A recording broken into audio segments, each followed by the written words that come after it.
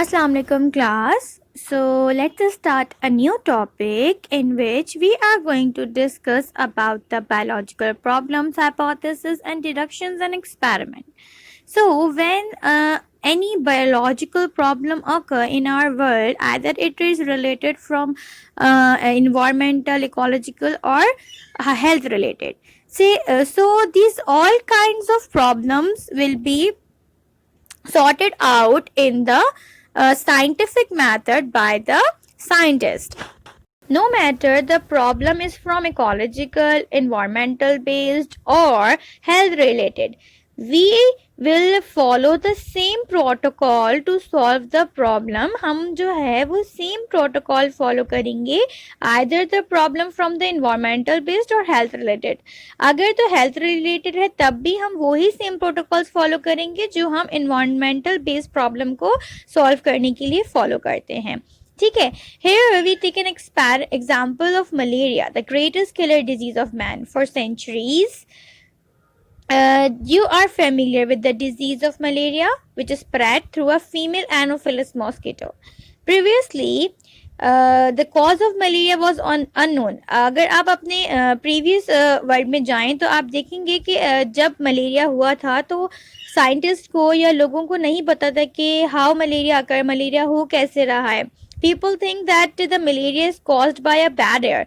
लोग समझते थे कि जो ये मलेरिया हो रहा है वो किसी गंदी हवा की वजह से हो रहा है, इसीलिए इसका नाम मलेरिया रखा. मलेरिया जो है वो कौन सा है? लैटिन वर्ड मैला मीन्स से निकला है, that means bad, and area means air. ये लोग समझते थे कि शायद जो मलेरिया हो रहा है वो किस वजह से हो रहा है, एक गंदी और आलूदा हवा की वजह से हो रहा है. This problem is solve when a scientific identify the reason of malaria. जब साइंटिस्ट ने ये रिकॉग्नाइज किया और उन्होंने प्रोटोकॉल फॉलो किया, जब भी हम कोई बायोलॉजिकल प्रॉब्लम हमारे सामने आती है हम उसको सॉल्व करते हैं तो उनको असल रीजन पता चला. So how the scientists solve this problem and identify the real reason, the real cause of malaria? So the first heading is observation. The first step is to identify the reason of the problem, followed by the formulation of a question about what has been observed. The solution of biological problem starts with observation. Your observation can be on the anything for plant movement to animal behavior. An observation is a statement of knowledge gained through the senses, qualitative or through the use of scientific equipment, that is quantitative. So observation is of two type. आपकी observation हमेशा दो तरह की होती है. सबसे पहले आप ऑब्जर्व करेंगे ना कि आपको दिख क्या रहा है, जो भी मसला है वो असल में दिख कैसे रहा है. अब तो आप जो है वो दो तरह से ऑब्जर्व कर सकते हैं अपने प्रॉब्लम को, आइदर क्वालिटेटिव और क्वांटिटेटिव. या तो आप उसको अपने सेंसेस के थ्रू, जो आपके पास ह्यूमन सेंसेस हैं, 5 सेंसेस हैं, उनको यूज करते हुए जो है आप जो है आइडेंटिफाई करें कि भाई हाँ जो है ये रीज़न सामने आ रहा है और इस तरह से कोई मसला हो रहा है. और कुछ ऐसी चीज़ें होती हैं जिनको आप जो है वो सेंस नहीं कर सकते, आपको उनको मेजर करना पड़ेगा, एंड यू नीड इक्विपमेंट्स. और इक्विपमेंट्स के थ्रू अगर आप अपना प्रॉब्लम मेजर कर रहे हैं, that is quantitative method. And when you analyse through your senses, that is called qualitative method. So there is a two types of observation which you can observe, either it from your senses, your 5 senses, or through the scientific equipments, that is called qualitative. So here is a picture of quantitative observation and qualitative observation. When you analyze or you observed the problem by your 5 senses, that is your sight sense through your eye, your hearing sense, your taste sense, your touch sense, and your smell sense. So this type of data refers to the observation using your 5 senses, and that is called qualitative observation. And when you measures your observation through equipments, your scientific equipments, tools like thermometer, by using thermometer you can analyze, you can observe the body temperature. So in this way, when you are using scientific equipments to observe the problem, that type of observation is quantitative observation. इसमें जो आप अपना problem measure कर रहे हैं, but by using your 5 senses you are quality wise you are measuring your problem. ठीक है ना. आपने अगर अपना इक्विपमेंट को यूज करा है, जैसे अगर आप टेम्परेचर जो है वो फील कर सकते हैं अपने हाथ से ना, कि भाई हाँ कि ये हॉट हो रही है बॉडी या कोल्ड हो रही है. So when you are using your hand to feel the temperature, you can only give the estimate according to your assumptions कि भाई बॉडी जो है वो आपका हो सकता है, टेम्परेचर हो सकता है इसको 100 है या 100 से अबव है. But when you are using a scientific equipment thermometer to observe the temperature, body temperature, तो आपको एक एग्जैक्ट टेम्परेचर मिलेगा कि आपकी बॉडी में कितना जो है वो हॉट हो रही है और उसमें कितना टेम्परेचर है. तो ऑब्जर्वेशन भी जो है वो वेरी करती है, आइदर इट इज क्वांटिटेटिव और qualitative. In the last, they are giving you a knowledge about malaria. About 280 million people suffer from malaria in over 100 countries, and over more than 2 million die every year from the disease. So malaria is a lethal disease क्योंकि इससे हर साल जो है वो more than 280 million जो है लोग इससे सफ़र कर रहे हैं, और तकरीबन 2 मिलियन लोग इससे डाई हो रहे हैं. In 1880, a French physician, Laveran, studied the blood sample of malaria patient under microscope and observed tiny creatures in it and named as Plasmodium. So the observation was made that Plasmodium is present in the blood of malaria patient. In this picture, you can see here is a blood sample in which you can see the cells, RBCs. One of the RBCs, they are showing Plasmodium in it. आपको एक अलग से cell दिख रही है जिसके अंदर एक अलग से आपको जो है वो मटेरियल दिख रहा है, दैट इज कॉल्ड प्लाज्मोडियम. 1880 जब हमारे पास जो है वो नहीं पता था कि मलेरिया जो है वो किससे कॉज हो रहा है, उस वक्त जो फ्रेंच फिजिशियन थे इन्होंने क्या करा था कि इन्होंने ब्लड सैंपल लिया था from the patient of malaria and observed a different thing, that a tiny creature he see in the blood sample of the patient of malaria and give the name as Plasmodium. उन्होंने जो ऐसा unknown creature जो उसमें observe करा था उसको उन्होंने नाम दिया था Plasmodium. Now come to the next heading, that is hypothesis. Hypothesis is a key component of the scientific process. It is defined as the intelligent guess made by the scientist in the form of a statement.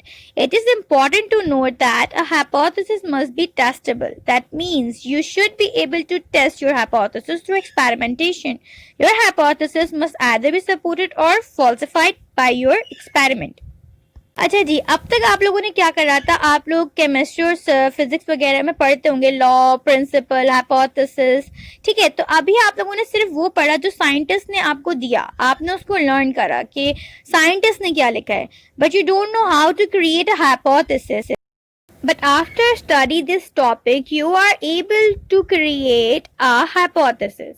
So how will you create a hypothesis? It is a intelligent guess by a scientist in the form of statement. अब अगर आप कोई gas कर रहे हैं, जैसे कि जो ये फिजिशियन थे इन्होंने क्या करा था, जब इन्होंने ब्लड सैंपल को इन्होंने देखा और उसमें इन्होंने एक नई चीज, एक अलग से अननोन क्रिएचर ऑब्जर्व करा उस पेशेंट के अंदर जिसके अंदर वही रेयर डिजीज हो रही है जो कि अभी इन प्रेजेंट जो है वो जिसका आउटब्रेक हुआ है. तो उन्होंने एक इंटेलिजेंट गैस दिया कि either it is the Plasmodium is the cause of malaria, हो सकता है कि प्लाज्मोडियम ही जो है वो इसका कॉज हो. तो उन्होंने ये एक इंटेलिजेंट गैस लगाया था एंड ये गैस वो अपने हाइपोथेसिस जो उन्होंने दी थी उसको वो एक्सपेरिमेंट भी कर सकते थे. ऐसा नहीं है कि उन्होंने ऐसे ही कोई हाइपोथेसिस एक ऐसी गैस लगा लिया और उसके ऊपर वो कोई टेस्टिंग नहीं कर सकते, कोई जो है वो रिजल्ट्स नहीं निकाल सकते, कोई डेटा एनालिसिस नहीं कर सकते.